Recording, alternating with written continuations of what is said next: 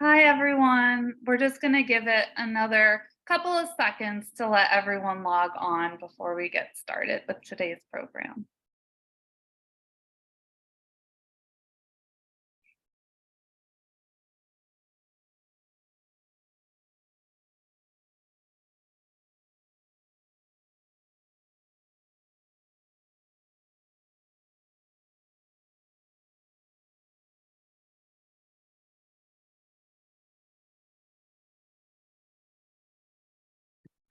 Hello, and welcome to the webinar, Report Back from SGO, What's New in Ovarian Cancer. I'm Maggie Nicholas Alexander, the Senior Director of Gynecologic Cancer Patient Support and Education at SHARE. Before the presentation begins, I'd like to tell you a little bit about SHARE. SHARE is a national nonprofit that supports, educates, and empowers anyone who has been diagnosed with women's cancers and provides outreach to the general public about signs and symptoms, because no one should have to face breast, ovarian, uterine, cervical, or metastatic breast cancer alone. For more information about upcoming webinars and support groups and our helplines, please visit our website at sharecancersupport.org. All participants will be muted during the presentation. Once Dr. Khabele finishes presenting, we'll begin the Q&A discussion. Feel free to ask any questions through the Q&A section at the bottom of your screen. Remember that Dr. Khabele is unable to give specific medical advice, so please keep your questions general in nature. We also have closed captioning available. You can enable this feature by clicking on the live transcript button on the bottom of the screen and selecting the subtitle option. This webinar is being recorded and will be available on the SHARE website soon. Now I'd like to hand things over to today's speaker, who we're so excited to have join us. Dr. Khabele, would you like to introduce yourself? Oh, well, thank you very much, Maggie. I'm delighted to be here and really pleased that SHARE was extended this invitation. I am the Mitchell and Elaine Yanow Professor and Chair of the Department of Obstetrics and Gynecology at Washington University School of Medicine in St. Louis. I'm a gynecologic oncologist, but also a physician scientist with a lot of experience in clinical and translational research. I do have an ovarian cancer research lab that's partially funded by the National Institutes of Health, National Cancer Institute. And my lab is really focused on finding new ways to treat chemotherapy-resistant ovarian cancer. And we're targeting molecules that are involved in DNA repair and epigenetic targets, proteins that control gene expression, and also the microenvironment, some of the immune cells that support tumors. We're trying to find new ways to target them. I don't want to read all of these things, but I do want to just say that I was invited many years ago when I was in New York to be a part of SHARE, really to spread the word about gynecologic cancers, particularly ovarian cancer. And I'm delighted to see how much SHARE has grown over the years to this amazing organization that has expanded but beyond breast and ovarian cancer, really to support other patients and people who are diagnosed with endometrial and cervical cancers. So it's a pleasure to be here today, and really a pleasure to return back again to serve as one of the speakers for SHARE. We're glad to have you back. So are we ready for me to share my screen? Go ahead. Wonderful. And can you see the presenter view? Yes, looks good. Okay, wonderful. All right. So I was asked to talk about what happened this year at SGO, our 2023 SGO meeting. And it really was terrific. It was this year in March. It was in Tampa, Florida, and I was one of the program chairs of this meeting. And we really focused on three areas as part of our vision for the meeting. really centered on patients, purpose, and progress. And just to give really truly a few highlights of the meeting, so grateful for the patients who were involved throughout the entire meeting. Prior to the meeting, we had several patient advocacy groups who came in and did some education for patients who were part of the meeting who came to attend the meeting. Throughout the meeting, we had a poster walk so patients could walk through some of the poster presentations, to get a deeper dive into some of the science that was being presented. And then the biggest highlight was that we included patients as part of the meeting on the stage, part of the opening session, moderating the session, and also presenting at the meeting. And I'll talk a little bit about that towards the end of my presentation today, but that was really, really important. The highlight at the end of the meeting, as sort of the beginning was the patients, we ended with the patient voices, was the highlight and bravery of one of the patient advocates, endometrial cancer survivor, who stood up in this huge auditorium after late-breaking abstracts had been presented about some of the new drugs that are just really positive clinical trials, trialing 2 new treatment strategies for endometrial cancer. And she was just brought everybody to chills and tears with her gratitude. So that was wonderful. Then we think about purpose, and gynecologic oncologists, there are not that many of us. And we really had a chance to talk about the future of our field and how we can be leaders and advocates for our patients and for our communities. And then finally, the progress. There was an incredible mix of abstracts and presentations. There was our tumor board. There were late-breaking abstracts, as I mentioned, with concurrent publications in very high-impact journals like the New England Journal of Medicine. So what I'd like to do today is just focus specifically on some of the progress that has been made with some of the clinical trials that were presented at the meeting. And I will take you through them. And these studies are from the presentations that were downloaded from the meeting with me as an attendant.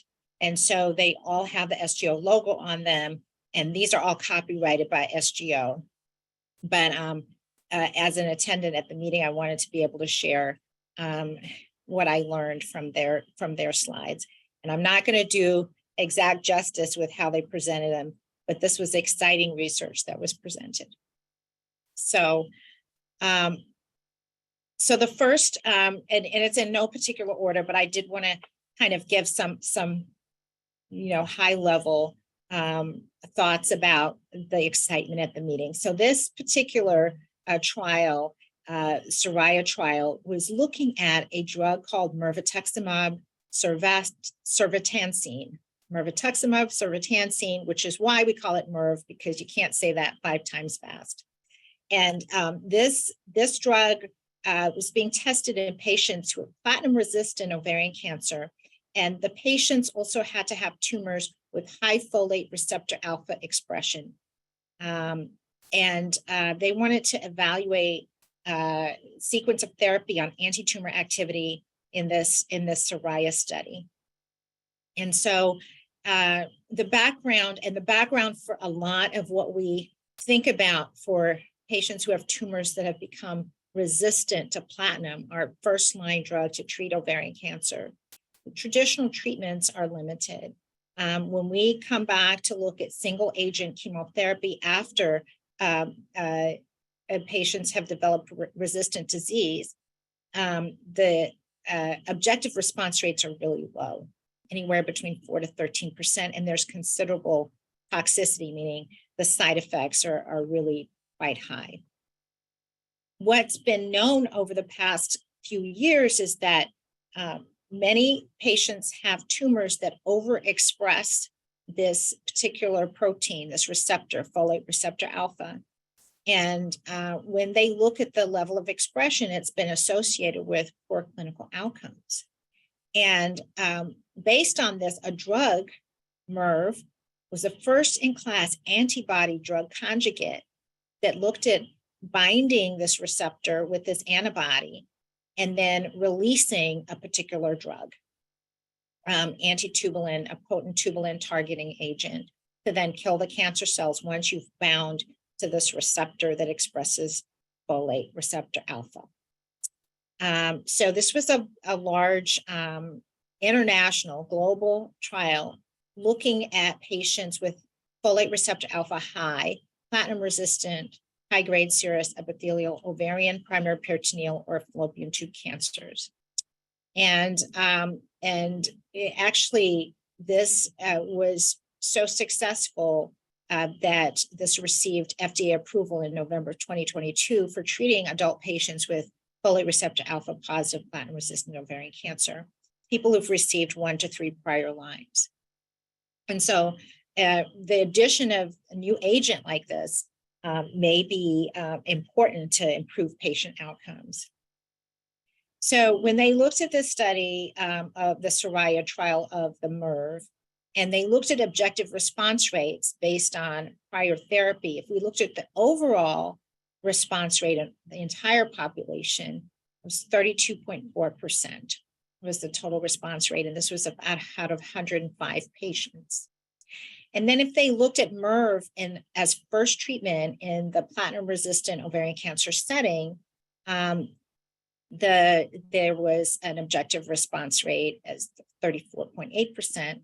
And then when they looked at the timing of prior bevacizumab exposure in platinum-sensitive versus platinum-resistant ovarian cancer, what's interesting is that in the platinum-resistant ovarian cancer with prior bevacizumab exposure, the overall response rate was substantially lower.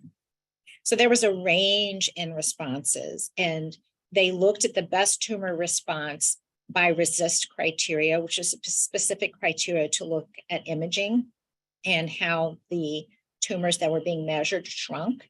And shrinkage is below this line over here. So many of the tumors shrank more than 50%, and some even had a complete response.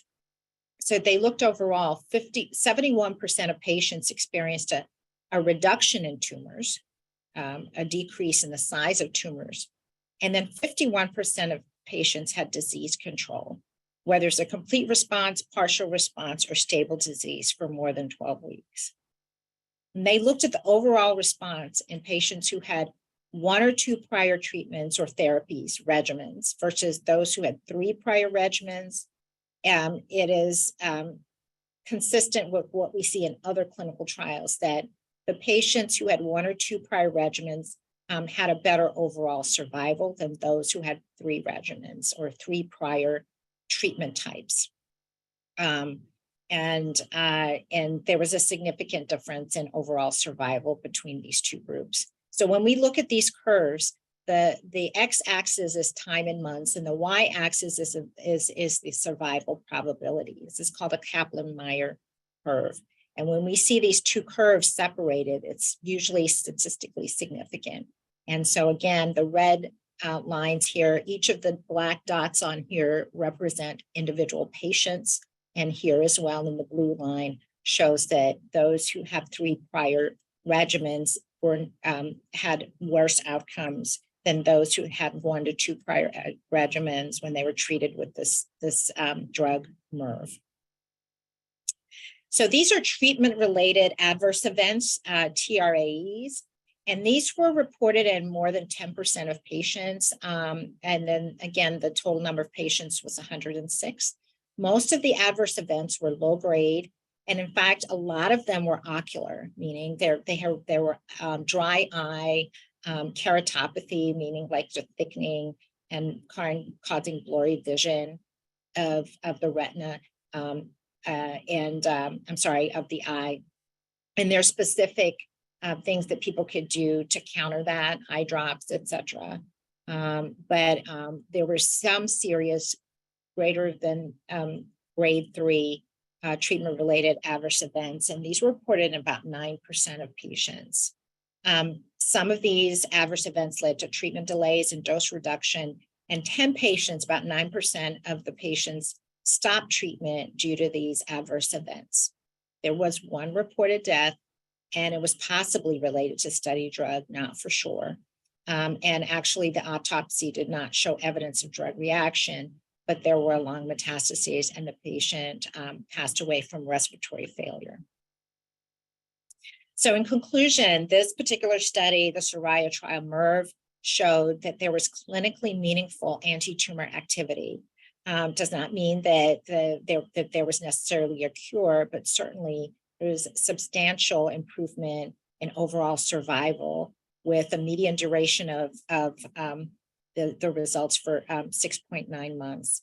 Overall response rate was 32.4%. And this is important, about 37% of the patients were still alive at 24 months.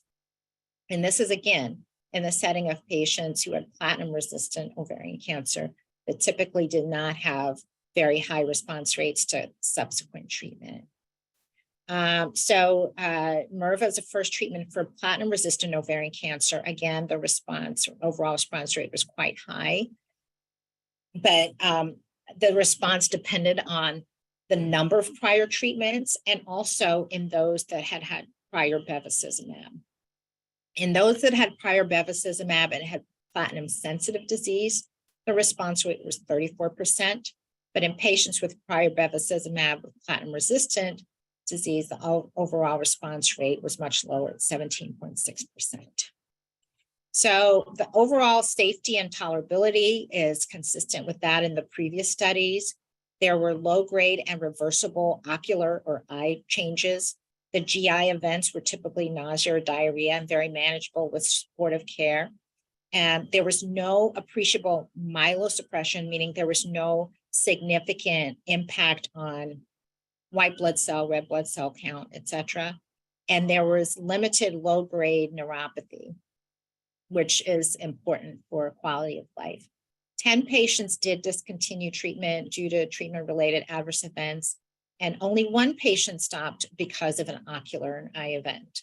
And so these results position the conclusions of the authors are that this drug conjugate, MIRV, is poised to become practice-changing, and it's biomarker-driven because you only give it in a setting of high expression of folate receptor alpha and could change the standard of care in those patients, particularly patients with platinum-resistant ovarian cancer. So that was exciting follow-up of this important new type of treatment, a drug antibody conjugate that binds to this folate receptor. It's a folate receptor antibody, and then delivers a very powerful drug right at the tumor. And so that's an exciting advance. So I'm going to move on to a different type of clinical trial that is a little bit more, it's a smaller trial, but it's a little bit more innovative in giving chemotherapy before surgery to test for a short period of time to test some of the side effects and possibly some of the molecular events that happen before standard of care treatment. This is called the Yanow trial. And this is the Neoadjuvant olaparib window trial in newly diagnosed BRCA mutant ovarian cancer patients, patients with this disease. The lead author was Shannon Weston, Dr. Weston from MD Anderson in Houston. And in this trial, the schema of this trial is what happens is a patient's diagnosed with ovarian cancer based on biopsy, and they will undergo genetic testing pretty quickly to find out if they have a germline mutation in BRCA genes, and that they don't have a too huge of a burden of disease and a reasonable performance status, meaning they're going to have to undergo surgery as part of this trial. And they get olaparib. So they get the diagnosis of ovarian cancer, receive a diagnosis of ovarian cancer, undergo these diagnostic tests, and then are treated on trial with olaparib, which is a PARP inhibitor. Now, standard of care for patients with BRCA mutations and tumors that are sensitive to platinum, after their initial treatment with surgery and platinum-based chemotherapy, they're put on PARP inhibitor maintenance. That's the standard of care. But in this case, they want to see if there's any response with PARP inhibitor by itself, olaparib, a therapeutic response that potentially in the future, maybe it could be an alternate treatment in these types of tumors and to replace our standard IV chemotherapy. And so this is just testing this response in this window trial. And then whether or not there's a response, there's an automatic introduction of our standard of care. Okay, so whether they get surgery up front or chemotherapy and then surgery, this box indicates our standard of care. But everybody gets a biopsy, either by interventional radiology or through surgery to test the response to olaparib in this setting. So this is a very small trial, but it's testing a concept. And basically, this is looking at the best percent change from baseline in response to treatment. And there were 13 patients they evaluated. The different colors here indicate different gene mutations in BRCA1, RAD51C, PALB2, or BRCA2. Those are inheritable mutations associated with ovarian cancer. And then this plot shows the response rate, which means a decrease in tumor change from baseline. And you can see most of patients had a decrease in tumor. And so it was a partial response rate of 53.8%. So more than 50% of patients had tumors that decreased with just olaparib alone. This is just olaparib alone, and it was for a short period of time. So what they showed with only just 2 cycles of olaparib, that neoadjuvant olaparib is feasible, meaning taking the olaparib before undergoing surgery is something that's feasible. And surgical outcomes were outstanding after only 2 cycles, even in patients with stage 4 widespread metastatic disease. And there was an expected safety profile during this time. So olaparib was generally well tolerated. And this may be an option for patients who may be interested in PARP inhibitor therapy alone. So it's very early. It's too early to say this broadly. This is just a feasibility study. And they're doing ongoing molecular assessment of the pre and post-treatment changes, not only with the tissue from the biopsies, but circulating tumor DNA through the blood. So that is a very exciting trial. And when we go into discussion, we can come back and talk about it a little bit more. Another trial I wanted to highlight has to do with one of our more rare tumors, low-grade serous carcinoma, LGSOC. This is a GOG, our cooperative group foundation study, GOG 3026, and it's a phase 2 trial of letrozole and ribociclib in patients with recurrent low-grade serous carcinoma. And the lead author was Dr. Brian Slomovitz, who's at Mount Sinai Medical Center in Florida. I forgot to mention that very first trial was presented by Dr. Robert Coleman, and he runs a lot of major trials, and that was an international global trial, but he was the lead author who presented that initial Soraya trial that I talked about. So when we think about options for patients who have relapsed low-grade serous ovarian cancer, the options are hormonal or endocrine therapy. There's about a 14% response rate. This is when the cancers come back.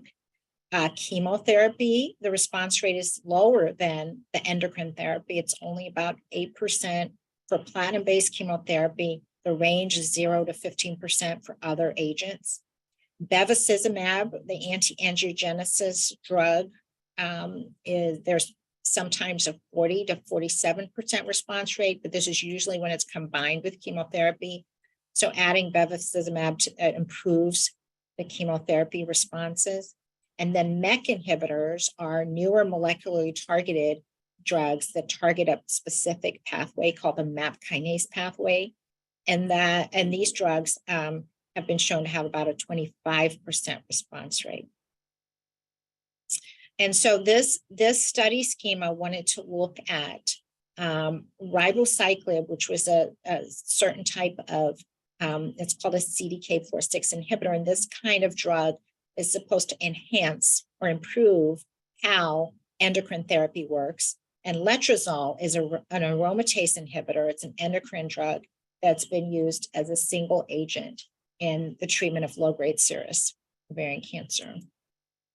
So this trial is a single arm trial, and it's just to look at the combination of these two drugs and to follow the endpoints and look at the response rates. And that's going to be by a radiographic tumor assessment and looking at overall response rate. And then the typical things that we look at: survival, duration of response, and any adverse events. And so it was a small trial. Again, there were about 48 patients who enrolled in this trial. The overall response rate was 23%. And with all these patients at a partial response.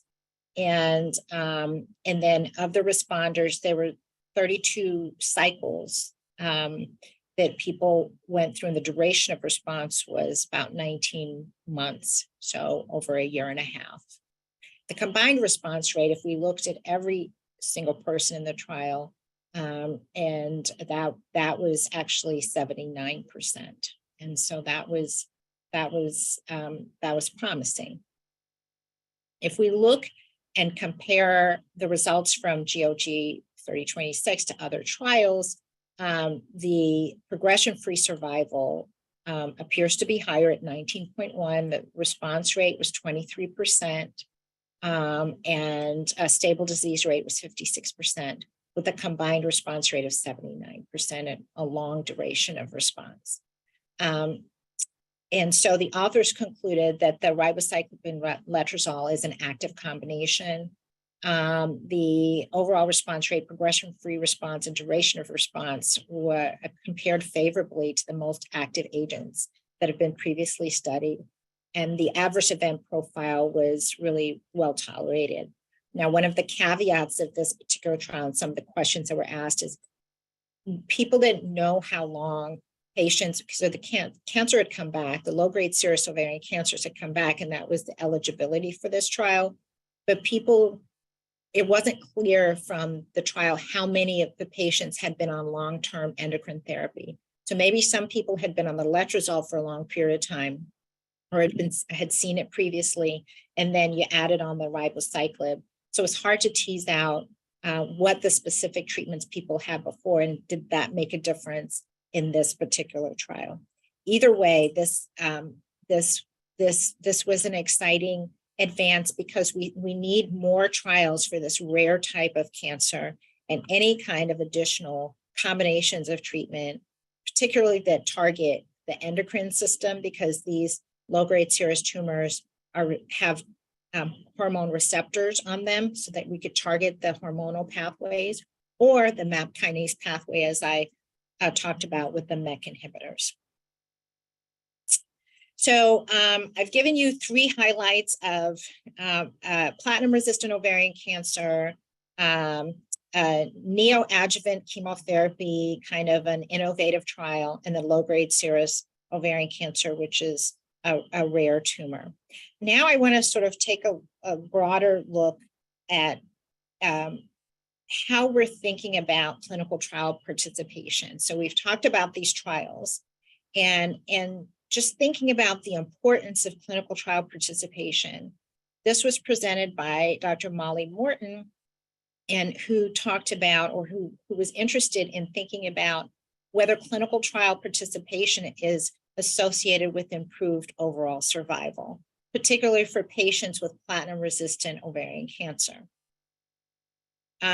So as we all know, the background is that ovarian cancer is still the leading cause of gynecologic cancer death in the US, although endometrial cancer is probably going to be the leading cause in a few years, if not next year. oncologic outcomes in patients who are diagnosed with platinum-resistant ovarian cancer are poor, and we don't have a lot of options for treatment in the recurrent setting. And so clinical trials have been critical for providing access to new therapeutic strategies, new drug combinations. And so, this is the range of response rates for these drugs, and they've combined platinum resistant and platinum sensitive in here. So it's really hard to tease that out, but you can see the range of responses to a variety of drugs depending on the drug itself. It could be anywhere from 10 to 32% or 3 to 30%. And so typically I counsel patients that the response rate for recurrent ovarian cancer can be anywhere, I hover around the average of about 20 to 25%, but you can see that there is a wide range of response. And, the more difficult thing is that we can't always predict who's going to respond just by the molecular features of the tumor. And so we end up trying a particular regimen, then when it doesn't work, we switch to another. But it would be great in the future to be able to predict ahead of time to spare people exposure to drugs that could have terrible side effects. But in the meantime, we need to continue to study new drugs that are coming down the pike. And this particular study looked at patients who were treated with standard of care and versus those who participated in a clinical trial. And again, this is a Kaplan-Meier curve. So on the x-axis is months, and this is time of platinum resistance to the time of death in months. And this is the survival on the y-axis. In the blue, these are patients who are on a clinical trial.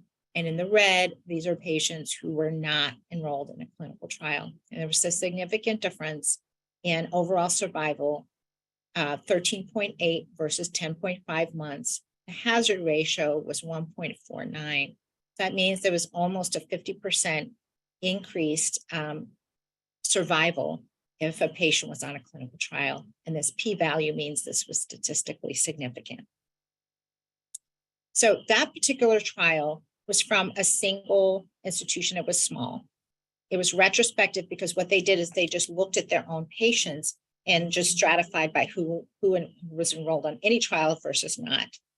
And so obviously that this was a single institution, so there could be clinical trial enrollment bias, right?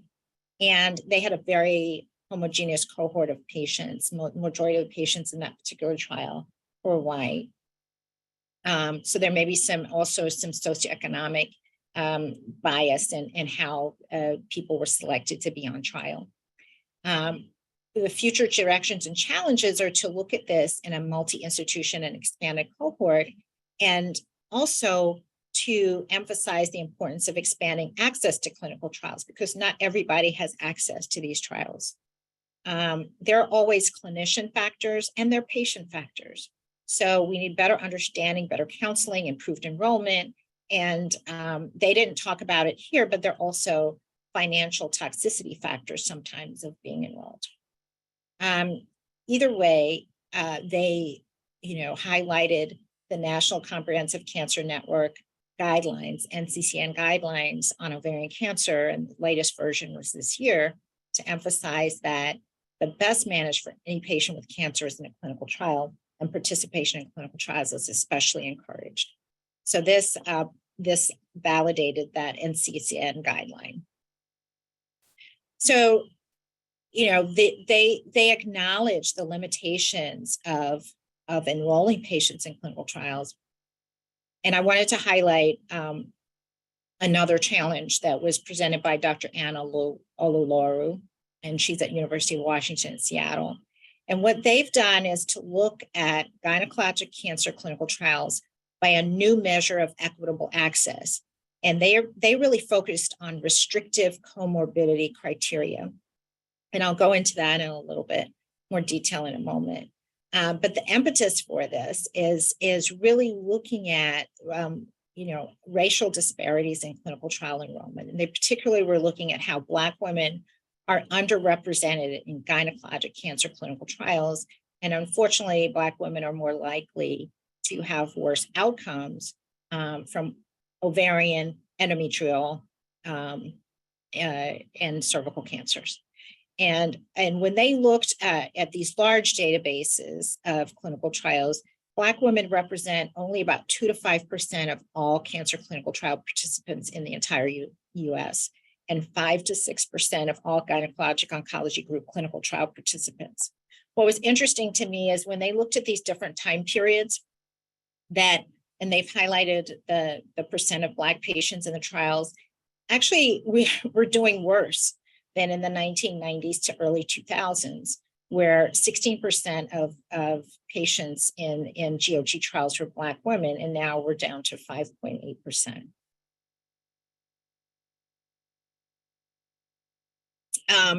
Comorbidity exclusion criteria is associated with differential clinical trial enrollment by race. So if we look at the blue is Black women and the red is white women, if we look at kidney function, that's a criteria. More Black women would be excluded. Albumin, which is a protein that's in the blood, if it's too low, you would be excluded from clinical trial. Uncontrolled diabetes, coronary stenting, HIV disease, hepatitis C, B and C. A prior cancer, there was no difference in exclusionary criteria. Prior cancer treatment, more likely to be excluded if you're white than Black. But otherwise, Black women were more likely to be excluded from trials based on these criteria. So in this presentation, they just looked at trends and they focused on diabetes, HIV, mental health, or social situations. But everything was statistically significant except for diabetes and a prior concurrent malignancy in really excluding patients from clinical trial. And what's really fascinating, and this really struck me sitting in the audience listening to this being presented, is the proportion of gynecologic cancer clinical trials with mental health or social situation exclusion criteria has increased over time. So if you look, the y-axis is 1995 through 2020. This is the year, this is over time.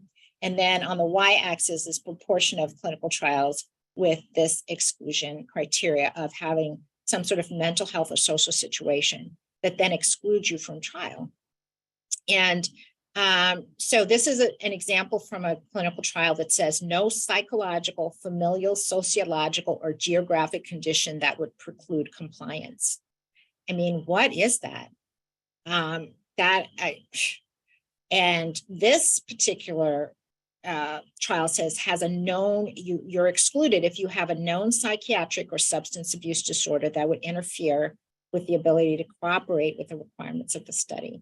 So these things are really very subjective, very broad, and really highly subject to racial bias. And so there was a very, very nice commentary by Dr. Agajanian to really counter some of this and talk about the fact that we desperately need people to be enrolled in clinical trials, and putting examples like this or writing your clinical trials to include these exclusion criteria in this way really should be thrown out.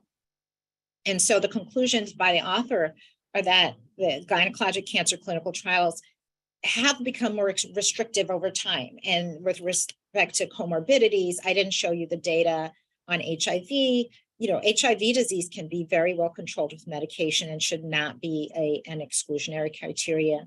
For kidney or renal dysfunction, the cutoffs have been broadened to be more inclusive. And previous history of cardiovascular disease, if it's been controlled, should not be an exclusion criteria. And so the exclusion criteria must also be carefully considered given the differential racial impact on eligibility, and should avoid the potential for bias in socially based criteria, like where a person lives. So I've talked a lot, and I'm going to end where I started, focused on the patients. And this was just one of the highlights of SGO when Annie Ellis, who's the breast and ovarian cancer survivor patient advocate, presented data on long-term survivors. Long-term survivors speak, patients' perspectives on progress. And she was brave enough to get in front of,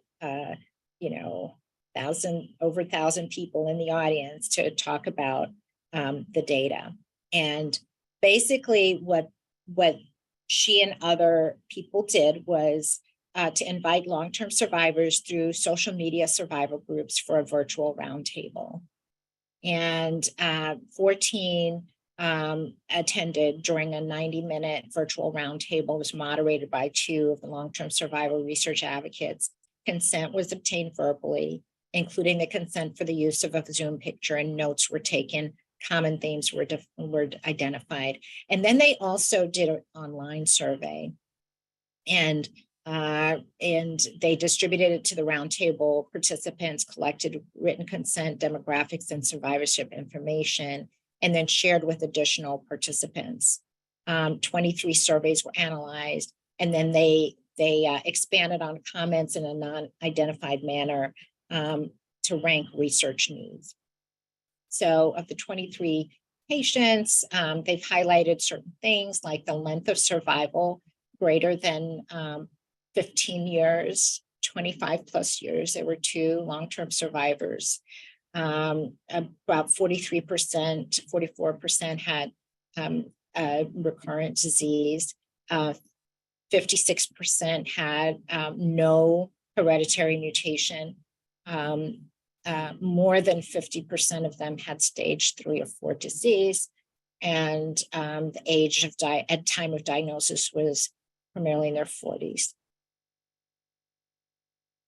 So the progress of their progress themes, they really highlighted how much progress has been made in ovarian cancer research and care. There's been longer survival, improvements in surgery, improvements in understanding of the biology and underlying molecular basis of ovarian cancer, improvements in hereditary genetics and testing, massive improvements in treatment and monitoring, more emphasis on quality of life and survivorship, and really the consensus symptoms project that was reported in 2007, really talking about how patients presenting with ovarian cancer do tell their physicians and their clinicians about their symptoms, and really emphasizing some of the symptoms so that people would get proper workup and not be sent to the gastroenterologist because they have bloating and abdominal distension. So then there was an important conversation about unmet needs, and the themes really are why many of us still continue to do research as we continue to take care of patients, because the mortality rate really is essentially unchanged. Although people are living longer with the diagnosis of ovarian cancer, ultimately too many people are succumbing to disease. And what can we do to affect this? Well, we need better early detection and screening, and we do not have a viable screening mechanism for detecting ovarian cancer early or at its precursor. There's a problem of chemotherapy resistance, which is the focus of my lab, but I talked to you today about some of the important trials that are focused on finding new drugs to treat platinum-resistant ovarian cancer. There's underutilization of advances. There are some people who are able to take advantage of advances, which I would say include access to clinical trials, and there are huge disparities in people who are not able to gain access to those advances. And again, there are limited treatment options, particularly for patients with platinum or chemotherapy resistant tumors. And then, of course, there's long-term side effects. Peripheral neuropathy is a big deal, and there were some abstracts and presentations on trying to counter and treat peripheral neuropathy, which is a very big dissatisfier in long-term care. And then financial toxicity and the cost of treatment, the cost of coming into the hospital every 3 weeks or coming to a clinic every 3 weeks for being treated, loss of financial ability to earn if you're all day in the infusion unit. And then, of course, we need more awareness, and I will add advocacy as well. And this is a fabulous picture that they took of their round table, and really it's beyond demographics. So when we talk about our overall survival curves, and I talk about time to progression-free survival, or we're talking about actual people. And so those little markers that you see on your Kaplan-Meier curve, these are people who are out there spreading the word and doing great work. And truly, this was the highlight of SGO for me. So I would like to stop presenting my PowerPoint, and I'm available to answer questions. Thank you so much, Dr. Khabele, for that great presentation. We have lots of time for Q&A, so that's great. Let's dive in. You can still submit questions in the Q&A section at the bottom of your screen. We will try to get through all of the submitted questions, but we may not be able to due to time constraints. This person is asking whether it would be reasonable to begin MIRV first if they're at the juncture of deciding next steps as a platinum-resistant patient versus Bev. Well, their tumor has to be sent for testing for the folate receptor alpha, and the level of expression will determine whether they would be eligible for that or not. And then that would be a discussion they would have with their treating provider. Great, thank you. And this person is asking, what is the latest status of UpRi? Is it close to approval, and how is it different from MIRV? That is still in clinical trial. I don't think that that's approved yet. And that's another drug conjugate. I'm trying to pull that up. But these are what's really exciting. MIRV is one of the first antibody drug conjugates that has made it this far, but there are plenty coming down the pike, and that's one of them. It's still in process. It's not approved yet. Great, thank you. And we've gotten some questions about PARP inhibitors, and this person in particular is asking what the current thinking is about using a PARP inhibitor for recurrent ovarian cancer after previous treatment with a PARP. Yeah, I mean, that's the PARP after PARP question is something we continue to ask ourselves. It's really a challenge because it hasn't specifically been studied in that way. And the PARP inhibitors were studied either as in maintenance after recurrence or maintenance after primary treatment. And, I think many people are having shared decision-making conversations about it. And I think it is reasonable. However, the biggest caveat is that there are some serious side effects for being on long-term cytotoxic chemotherapy and chemotherapy that impacts the bone marrow, including PARP inhibitors. And they're the most serious side effect is about a 2% and perhaps even more, 1 to 2% and perhaps more risk of developing bone marrow failure and myelodysplastic syndrome, or MDS, or acute myeloid leukemia, AML. And the leukemias, unfortunately, are really not treatable. And many are fatal if they occur as a secondary cancer from being treated with cytotoxic chemotherapy or chemotherapy like a PARP inhibitor. So it's something that we kind of have in the back of our minds when we're weighing the benefits and the risks of a PARP after PARP. But it's not unreasonable, but there's a lot of counseling that has to be done to kind of make that decision. Great, thank you. And this person is asking if there's any reason to seek a clinical trial if a patient is responsive to standard treatments, though not NED for any period of time. Well, so if they have a response, but haven't gone into a complete remission, I think that is reasonable to talk about a clinical trial, because when we think about primary treatment for ovarian cancer, 70 to 80% of people, even with advanced stage disease, are able to have a really quite remarkable response to initial treatment. So 70 to 80% of people will have a remarkable response, and we can expect about 60 to 70 people, 70% of people to go into complete remission. So if there's still persistent cancer there, even with a partial response, we need to start thinking about next steps. So that would be reasonable to think about talking about a clinical trial. Great, thank you. And we're getting a couple of questions about clear cell and whether there are any updates on that. And I do want to give just a quick plug before you answer that we're having a program next month focused on clear cell. So please be on the lookout for that. No, I expected people to ask about clear cell and other rare types of ovarian cancer, which is why I did want to give a little mention to the low-grade serous ovarian cancer. Clear cell carcinoma of the ovary is very challenging. It's not one of our more common types of ovarian cancer. Doesn't respond all that great to initial chemotherapy, although that's the standard of care. And it's very, very difficult to treat. We end up treating it very similarly to other types of epithelial ovarian cancer, but the outcomes are not as good.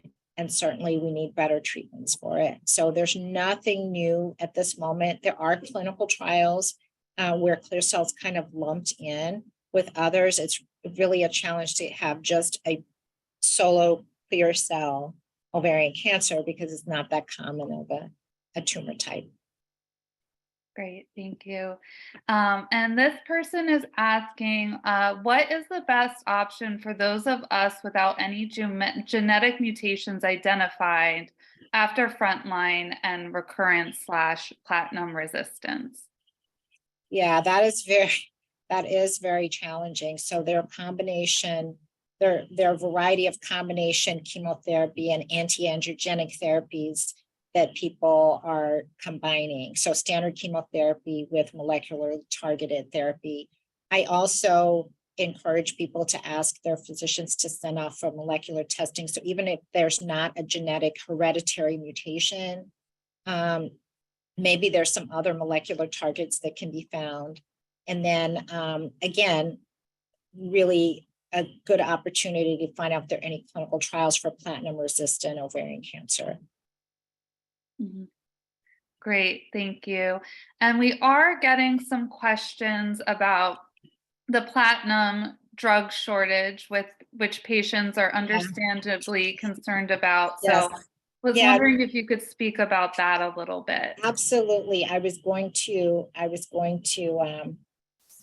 actually, you know what I'm going to do? I'm going to bring this over and just share my slide. Share my screen. Great.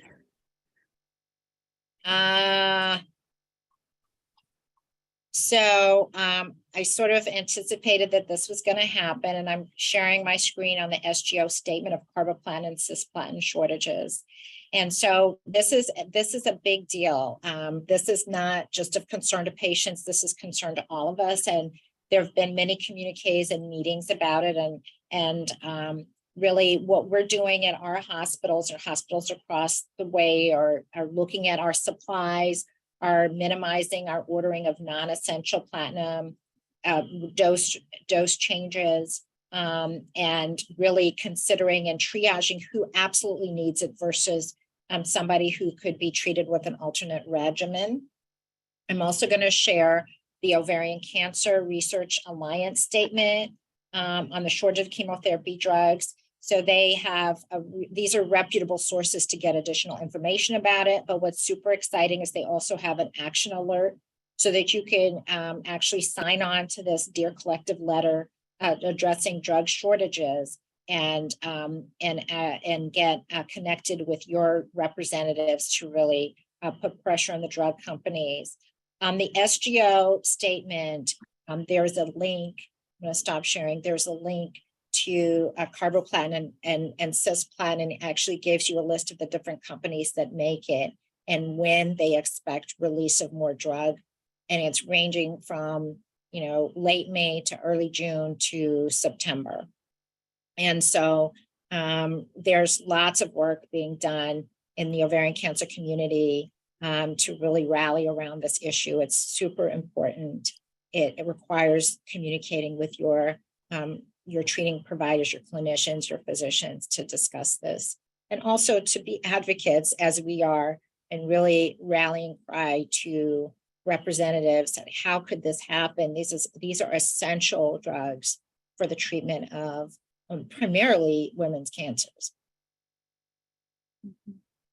And it sounds like, so someone just asked a follow-up question about when it's expected to be alleviated, but it sounds like there's a range, and each place sort of has their own supply and a range of supplies. So one of our hospitals only had a 2-week supply. One of our hospitals had a 1-month supply. So you have to see what's happening in your region. Each of these drug companies had certain reasons for why they had a shortage. And there were a couple of companies that didn't comment. Some of the companies will be releasing drug now through mid-June, and some of them said they're not going to be ready till September. So it's a range of responses, and frankly, a lot of us are more than outraged. How could this happen? How could anybody not see this coming? What is happening, right? And so there needs to be pressure on these corporations that I don't know how this could happen. So there's not a good explanation as to why it happened and why it happened with all of these companies at the same time, because it's not just made by one company. Mm-hmm. Well, thank you for sharing that information. And we are going to send out some, resources if anyone wants to contact their representatives about this. So I'm looking at the time, and we probably only are able to get to 1 or 2 more questions. And so this person is asking about essentially at this point, who should be receiving PARP inhibitors? For example, should BRCA negative people, should those who are non-HRD? Yeah, so that's a very good question. And we think, some of us think, and I'm just going to give my personal opinion, but I think it's also rooted in what we see by evidence that PARP inhibitors really truly work best in patients who have tumors with BRCA1 and 2 mutations that are pathologic mutations. There may be some other genes in that homologous recombination or HR pathway that may have an intermediate response. And then those tumors that are HRP, homologous recombination proficient, meaning that they repair DNA damage very efficiently, you may find that there's some responses there, but it's just not as good. And so when you think about other chemotherapy options that are available, and then you think about the potential serious toxicity of developing a secondary cancer, I'm less excited about giving somebody a PARP inhibitor who has a tumor that's homologous recombination proficient. Great, thank you. And in our last minute, I would just like to include sort of what do you want patients to take away from, the research that's currently happening and what's on the horizon for ovarian cancer? Well, I think in the next couple of years, we're going to hear more studies that are similar to that first one that I presented with the folate receptor antibody conjugate with a drug that will deliver the drug more specifically to tissue and tumors and cells that have that particular marker, and hoping that that will spare normal cells from some of the adverse effects of chemotherapy treatment. You're going to see a lot more of that. So they're called ADCs, antibody drug conjugates. You're going to see more information about that. I'm hoping that we're going to see more information about targeting tumors in even better ways with molecular information that we get from circulating tumor DNA. So instead of having to always biopsy the tissue. Can we just get it from the blood? And then I'm hoping, fast forward many years, that information will allow us to even go back more to identify markers that are specific for early ovarian cancer, so that eventually we can detect it before it's widespread. Great. Thank you. And thank you so much, Dr. Khabele, for such an informative presentation and answering all of these questions. We really appreciate it. And thank you to all of you for participating and submitting your questions. Make sure to check out SHARE's upcoming educational programs and support groups and follow us on social media as well. Please take a moment to fill out the survey at the end of the webinar. The survey will show up in the browser when the webinar ends, and the link will also be in a follow-up email. All surveys are anonymous, and we really look at that feedback to improve our offerings for all of you. So please fill that out. This concludes today's webinar. So thank you again, everyone, for participating. Thank you. Bye-bye. Bye. Thank you, Dr. Khabele.